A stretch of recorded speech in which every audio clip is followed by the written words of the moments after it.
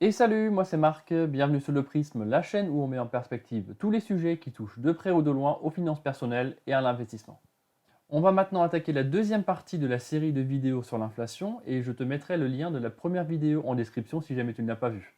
Dans cette vidéo qui va suivre, on va justement construire sur les notions qu'on a apprises dans la première vidéo, à savoir l'inflation, qu'est-ce que c'est, quelle est son origine et aussi quel est son impact sur notre société et sur nos richesses.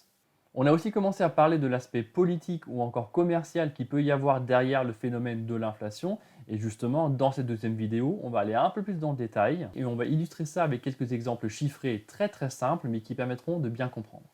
Pour une question de lisibilité, je ne vais pas repartir du schéma qu'on avait vu la dernière fois, mais je vais repartir d'une page blanche. Pour autant, les concepts qu'on a vus ensemble la dernière fois sont toujours valables et sont même nécessaires à la compréhension de ce qui va suivre. Pour commencer, on va s'intéresser à l'aspect artificiel ou encore commercial de l'inflation. Dans cet exemple, on va regarder le cycle de fabrication d'un bien ou d'un produit, quel qu'il soit. Pour faire simple, on va considérer que dans ce cycle, il y a 4 entités qui interviennent. En premier lieu, il y a le producteur de matières premières. Derrière, il y a effectivement celui qui va produire le bien. Derrière, il y a la distribution, donc la vente. Et derrière, il y a évidemment le client. Dans cet exemple, pour bien comprendre, on va travailler avec des chiffres qui sont très simples. On va dire qu'on parle d'un produit qui est vendu 1000 € au client. Ça, c'est le prix final de vente de la distribution vers le client. Donc le client paye 1000 €. On va dire que ce produit qui coûte au client 1000 €, il contient 10 € de matière première. Donc il y a le producteur de matière première qui a revendu au fabricant l'équivalent de 10 € de matière première. Entre les deux, il y a le fabricant qui va transformer la matière première en un produit fini.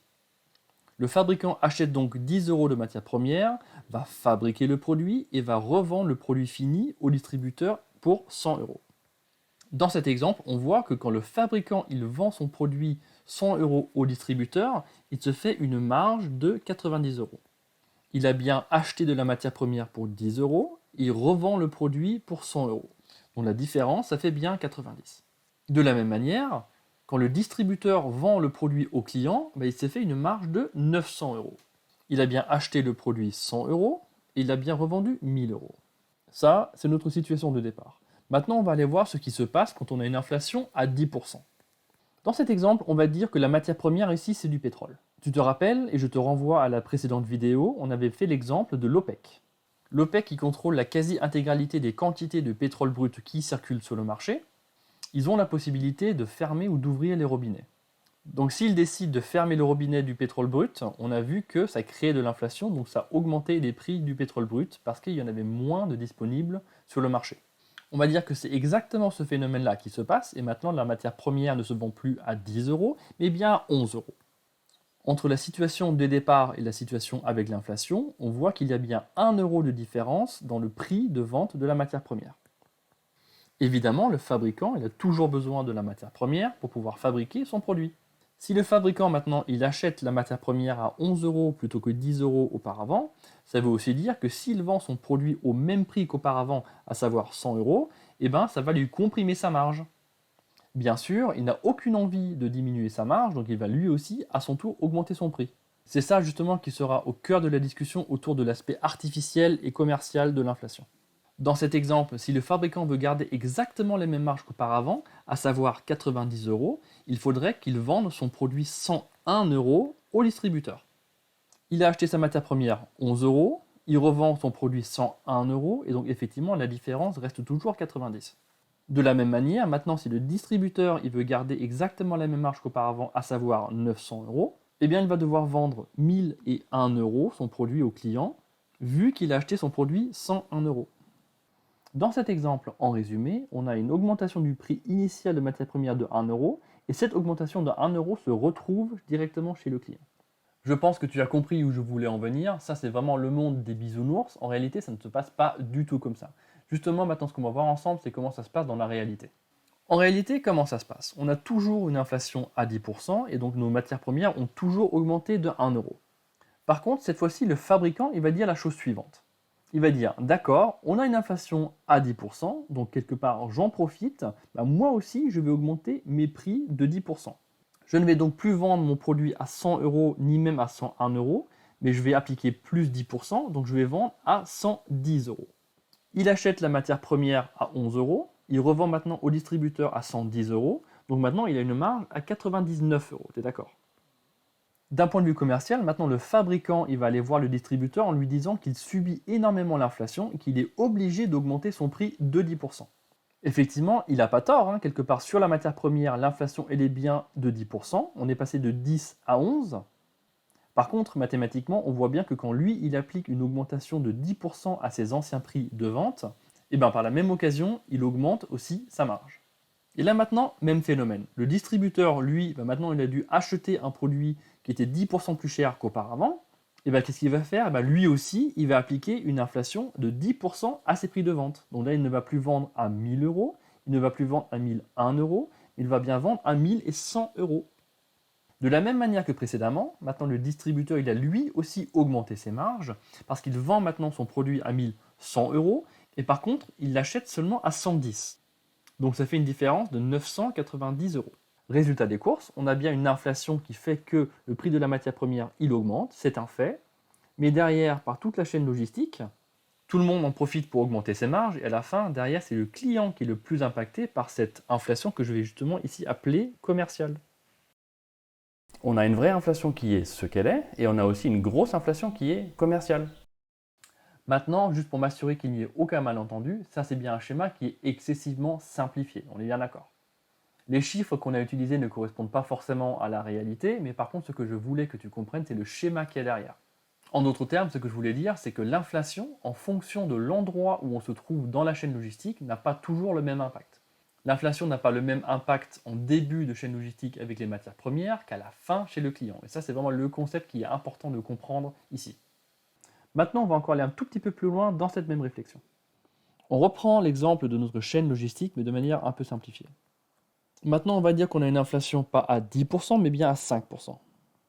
Petite parenthèse, les 5% d'inflation dont je parle ici ne sont pas les 5% que voit le client en bout de chaîne.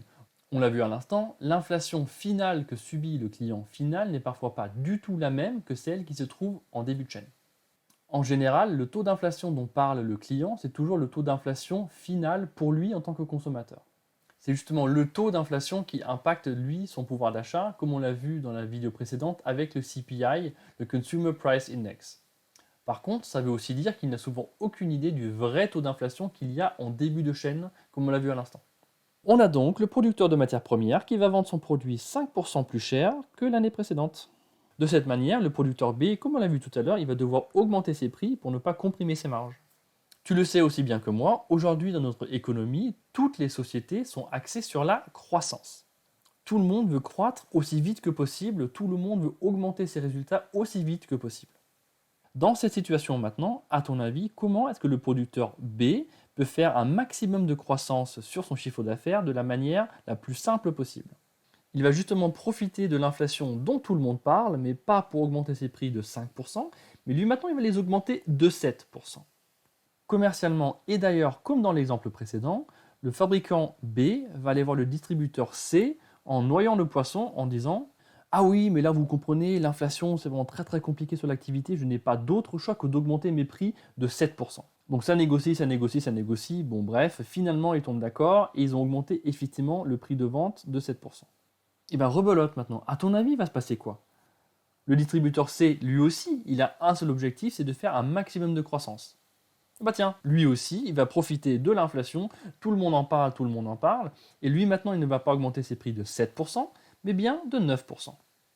On repense maintenant à l'exemple précédent où on disait que même en appliquant le même taux d'inflation partout dans la chaîne logistique, le prix d'achat pour le client n'avait plus rien à voir avec l'inflation initiale, mais que tout le monde dans la chaîne pouvait s'enrichir et augmenter ses marges.